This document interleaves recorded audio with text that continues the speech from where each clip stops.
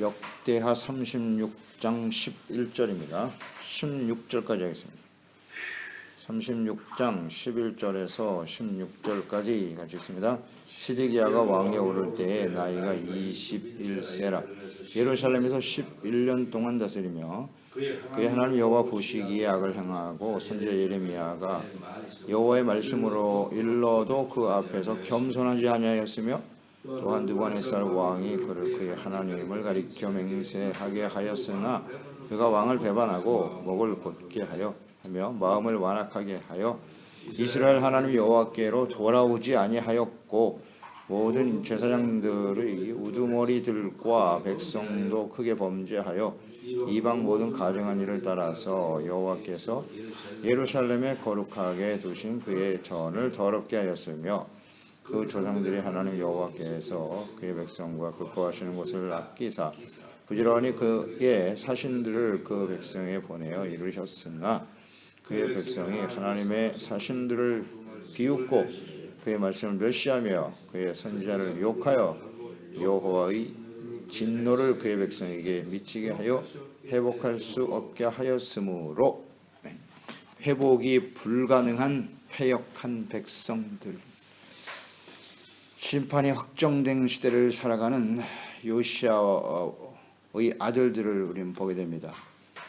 여호아하스는 석 달 만에 애고방에 끌려갔고 그의 형인 여호야킴 11년의 기회가 주어졌으나 역시 돌이키지 못하죠. 우상 숭배에 빠져서 패역을 벗어나지 못함으로써 바벨론에 끌려갔죠. 끌려가고 그 아들 여호야김의 아들 여호야긴이 왕이 되었습니다만은 석 달 열흘 만에 다시 바벨론으로 끌려가고 맙니다.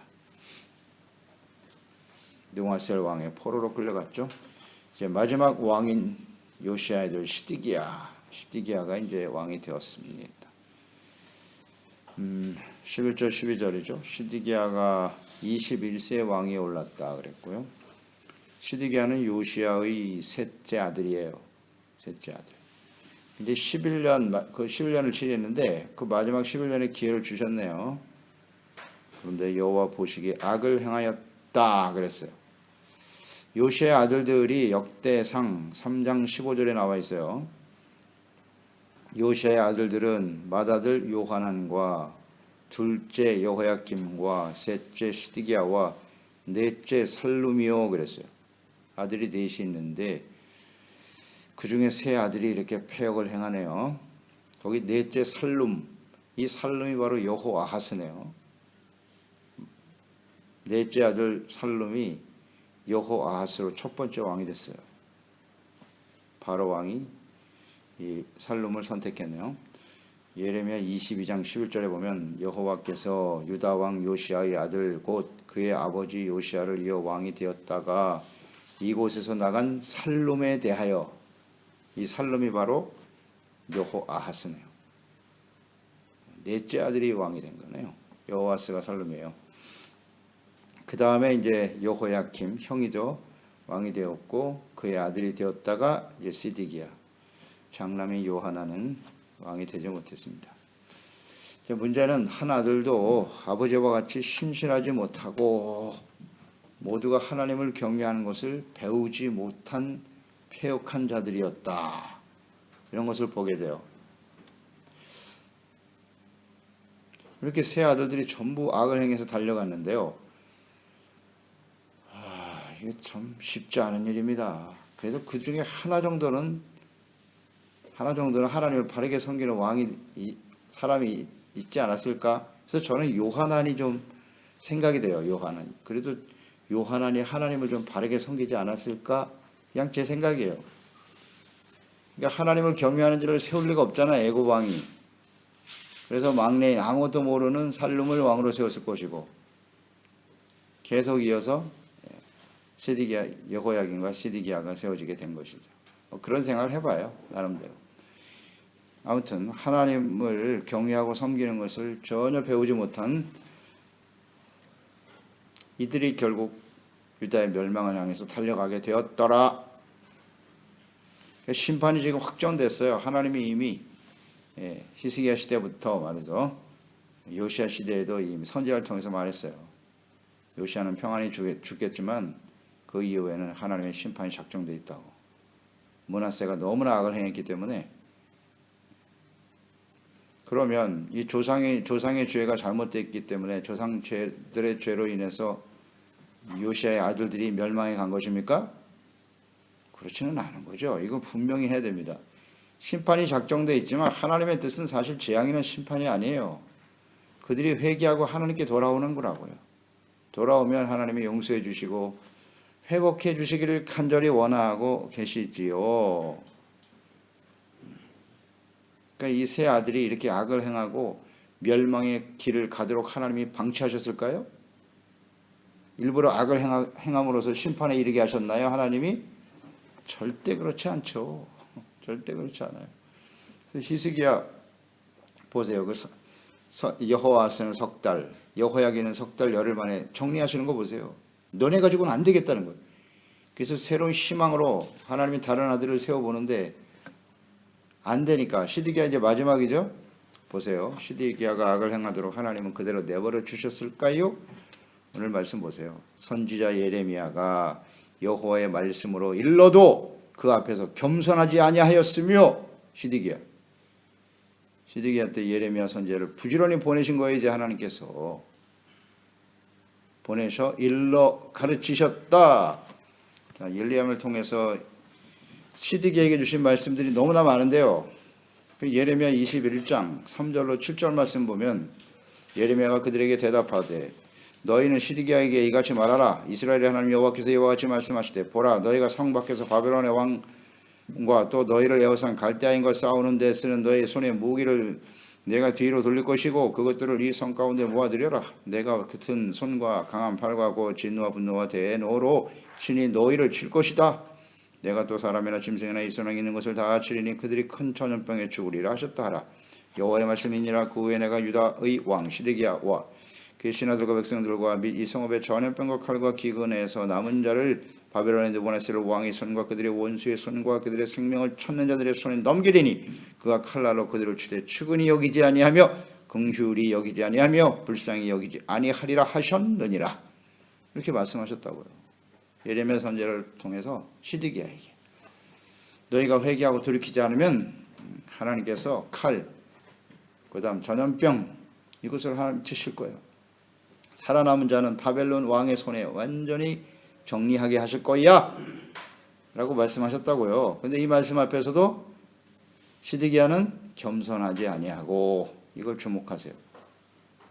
하나님의 말씀 선지자를 통해서 주시는 하나님의 말씀 앞에 그는 겸손하지 않았다.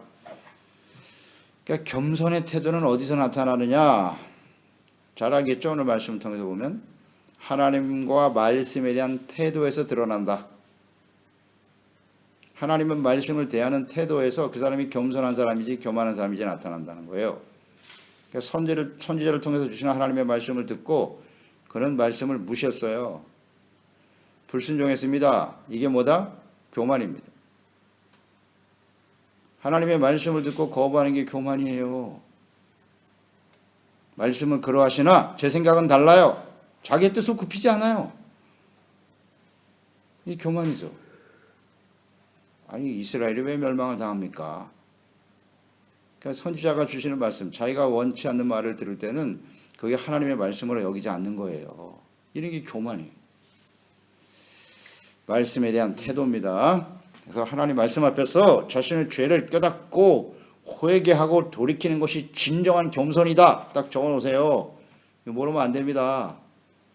겸손은 하나님 말씀 앞에 자신의 죄를 깨닫고 회개하고 돌이키는 게 겸손이에요. 회개하지 않는 자는 겸손한 자가 아니에요. 하나님의 말씀은 언제나 책망과 교훈과 바르게 함과 의로 교육하는 말씀이거든요. 말씀 들을 때 찔리죠. 그러면 겸손하게 제가 잘못했습니다 해야죠. 근데 이 시드기야 보세요. 겸손하지 않았다. 그러니까 자신의 생각과 다르다는 거예요. 왜 이스라엘이 망해야 됩니까? 그래도 우리가 하나님의 백성인데 승리해야 되지 않겠습니까? 세상에서 잘 돼야 되지 않겠습니까? 이렇게 자신의 생각으로만 뭐라. 받아들이지 않았다. 하나님의 말씀을 듣고도 자신이 원하는 말씀대로 되지 않으면 거부하는 이 교만은 패망의 선봉입니다. 어떻게 말씀 앞에서 그럴 수가 있습니까, 우리가? 근데 이런 일들이 너무나 쉽게 벌어지고 있죠. 13절에 또 한두 번 에서 왕이 그의 하나님을 가리켜 맹세하게 하였으나 그가 왕을 배반하고 그랬어요. 바벨론 왕을 배반했어요. 그 약속이 뭐냐? 에스겔 17장이죠. 15절 17절에 보면 그가 사절을 애굽에 보내 말과 군대를 구함으로 바벨론 왕을 배반하였으니 형통하겠느냐? 이런 일을 행한 자가 피하겠느냐? 언약을 배반하고야 피하겠느냐? 바벨론 왕과 언약을 맺었는데 이걸 파기시켜버렸어요.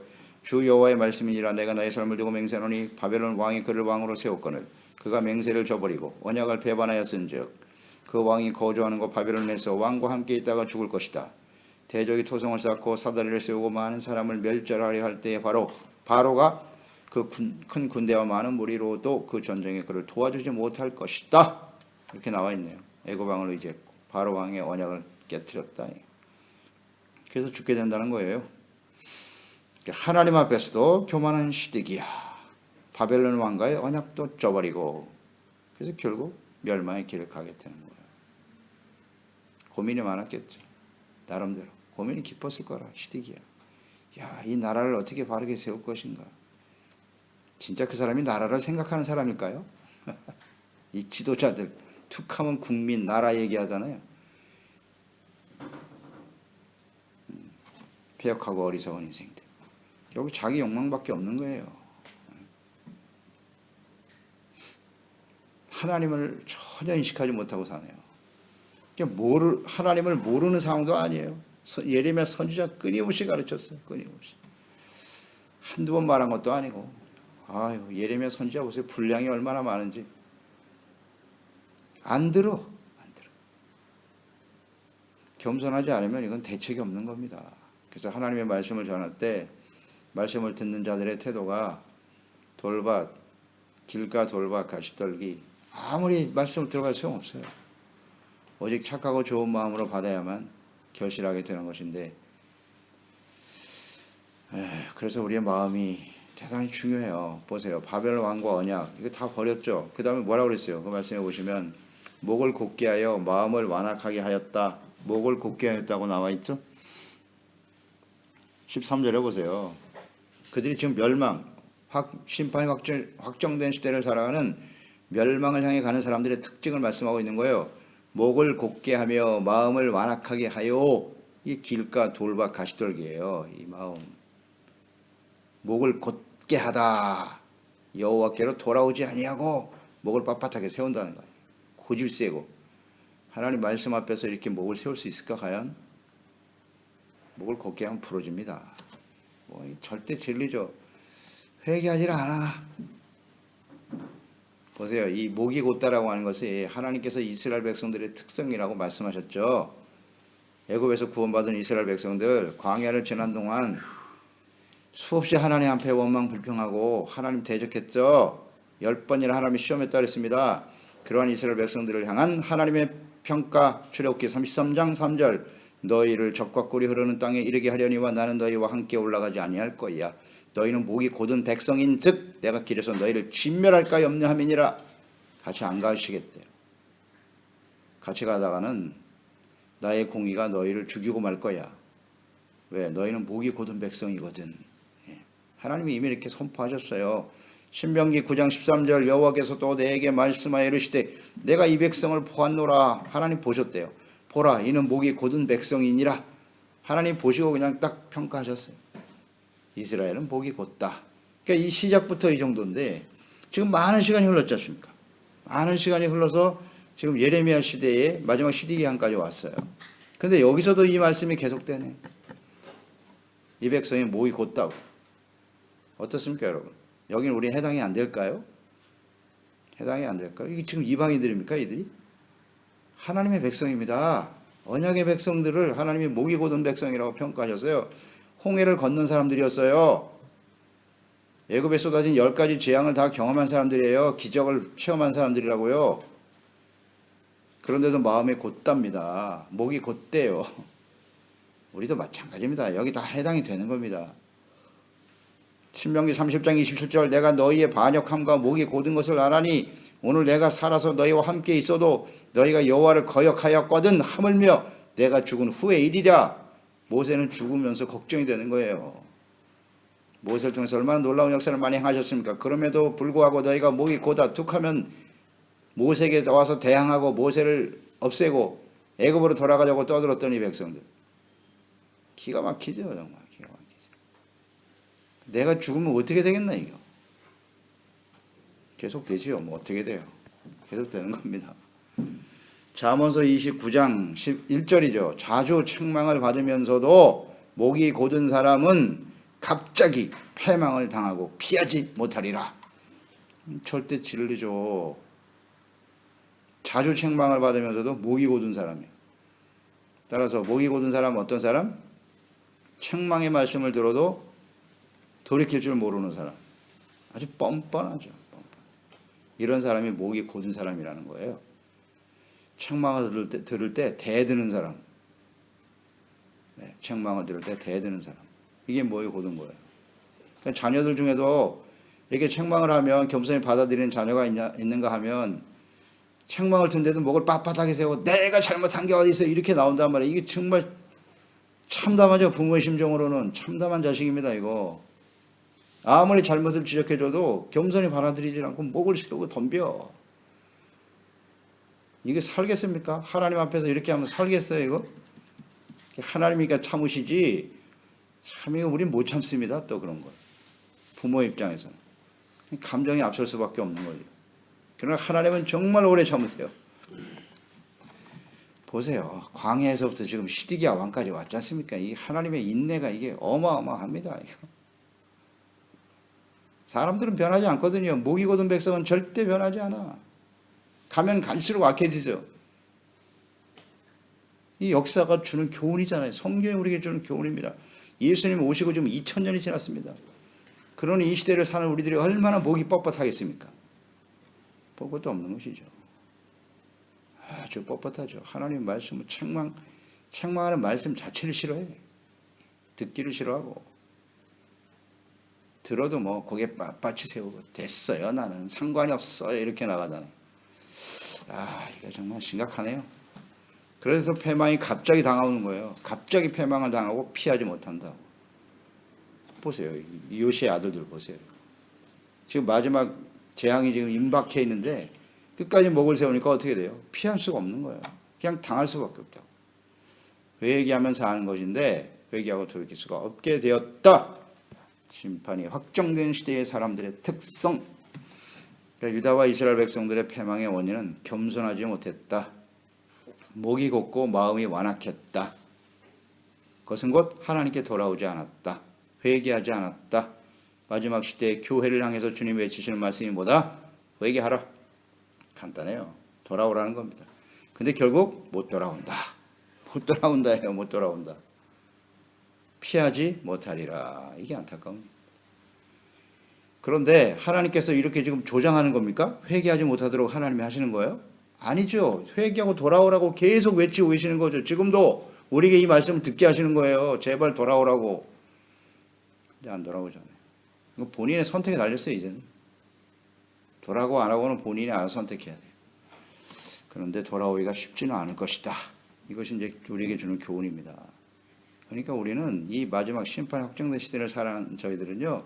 비상한 결단을 해야 돼요. 그냥 뭐 적당히 대충 그렇게 신앙생활 하고는 안 될 때란 말이죠. 지금은 비상한 결단을 하지 않으면 안 돼요. 이대로 살다가 큰일 나겠구나 이거. 정신 차리고 결단해야 되는데 그것도 쉽지는 않을 것이다. 이런 것을 말씀을 통해 깨닫게 돼요. 또 14절에 보세요. 모든 제사장들의 우두머리들과 백성도 크게 범죄하여 이방 모든 가증한 일을 따랐다. 여호와께서 예루살렘에 거룩하게 두신 그의 전을 더럽혔다. 제사장들이 또 타락했네요. 이 시대를 보는 것 같지 않습니까? 제사장들이 또 부패했어요. 오직 선지자 예레미야만이 외롭게 싸우고 있는 거예요. 이 일에 제사장들이 함께 했어야지. 이 제사장들, 주의 종들, 재직들 부패하고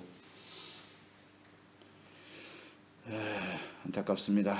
이런 모습이 우리 눈앞에 펼쳐지고 있지 않습니까? 그래서 하나님의 성전을 더럽혔다. 이게 또 멸망의 원인이에요. 15절에 그 조상들의 하나님 여호와께서 그의 백성과 그의 거하시는 곳을 아끼사 부지런히 그의 사신들을 그 백성들에게 보내셨다고요. 부지런히 보내셨어요. 무엇을? 예루살렘과 성전을 아끼시기 때문에, 언약한 장소이기 때문에 회복시켜 보려고 이렇게 애를 쓰셨다고요, 하나님이. 그런데 백성들은, 왕과 제사장 모든 백성들이 다 포함돼요.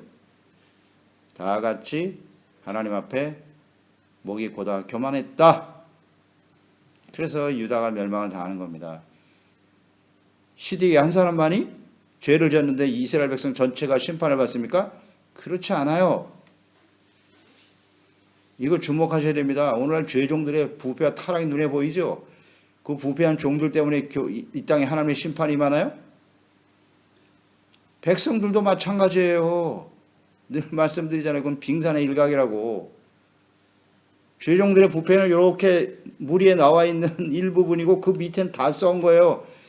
그 밑에 모든 성도들이 다 그와 같다는 거죠. 그걸 동조하잖아요. 참 안타까운 일입니다. 이게 오늘날 현실이에요. 현실. 그러니까 하나님 앞에 정말 비상한 결단을 해야 된다. 16절도 보세요. 그의 백성이 나오잖아요. 하나님의 사신들을 비웃었어요. 시드기야 왕뿐만 아니라 백성들이 이런 짓을 했다고요. 그 말씀을 멸시하며 그의 선지자를 욕하고, 기가 막히네요. 여호와의 진노를 그의 백성에게 미치게 하여 회복할 수 없게 하였다. 더 이상 이제 회복이 불능한 선지자, 하나님 말씀 전하는데 욕하죠. 마지막 희망인데 하나님의 말씀을 전해주는데 그걸 멸시하죠. 하나님이 보낸 사신들을 비웃어버리죠. 조롱하고. 이게 바로 마지막 시대를 살아가는, 정말 회복이 불능하여 확정된 심판의 시대를 살아가는 사람들의 특성이다. 절대 교훈입니다. 모든 시대가 다 이렇게 흘러가고, 예수님 당시에 보세요. 그대로 적용시켜 보세요. 예수님 당시에 사람들, 이스라엘 백성들을 보십시오. 여기에 그대로 적용되죠. 그래서 멸망을 향해 가는 거예요. 로마에 의해서 완전히 망하죠. 모든 역사가 이렇게 흘러가는 겁니다. 사람들은 절대 변하지 않아요. 하나님도 변하지 않고 하나님의 말씀도 변하지 않고 사람들의 속성 역시 변하지 않는다. 특히 마지막 심판에 확정된 이 마지막 때를 살아가는 우리들은 더욱더 그러하다. 더욱더 그러하다. 그러면 이런 시대에서 우리는 어떻게 살아야 하는가? 어떤 결단을 해야 할 것인가? 어떤 선택을 해야 될 것인가? 이것만 남아있을 뿐이에요. 언제나 하나님의 말씀과 뜻대로 되겠죠. 기도하겠습니다. 하나님 아버지, 오늘도 요시야를 묵상하게 됩니다. 하나님께서 요시야 아들들 그 마지막 유다의 마지막 심판이 확정된 시대를 묵상하게 되는데, 요시야 아들 시드기야 마지막 왕이죠. 그에게는 하나님께서 마지막이니까 11년의 기회를 주셨어요. 여호야김과 같이. 그런데 돌이키질 못하네요. 돌이키지 못합니다.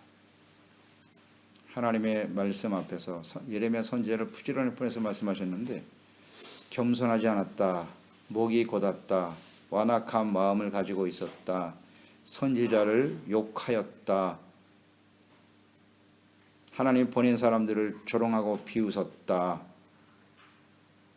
목이 곧고 완악한 사람들의 특성이죠. 그래서 그들은 결국 바벨론에 의해서 하나님 말씀하신 대로 되고 말았어요. 말았습니다. 우리가 지금 이 마지막 심판이 임박한 시대를 살아가고 있습니다. 우리도 이런 특성이 아주 두드러지게 나타나 있죠.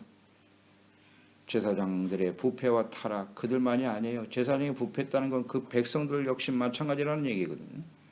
그래서 오늘날 죄종과 교회와 성도들의 부패를 눈앞에 보고 있습니다. 우리도 그와 같은 모습으로 흘러갈 수밖에 없어요. 정말 비상한 결단을 가지고 하나님 앞에 말씀과 기도로 깨어있고 언제나 말씀 앞에 겸손히. 간단해요. 겸손하게 자신의 죄를 깨닫고 회개하고 돌이키면 되는 거예요. 하나님께 돌아오라. 하나님께 돌아오라. 끊임없이 자기 자신을 향해서 외치고 또 우리 가족들과 이웃을 위해 외치고 증거하는 또 삶을 통해서 우리 하나님 앞에 주님의 나라와 의를 지켜가는 지혜로운 종들이 되게 하소서. 예수님의 이름으로 기도드리옵나이다. 아멘.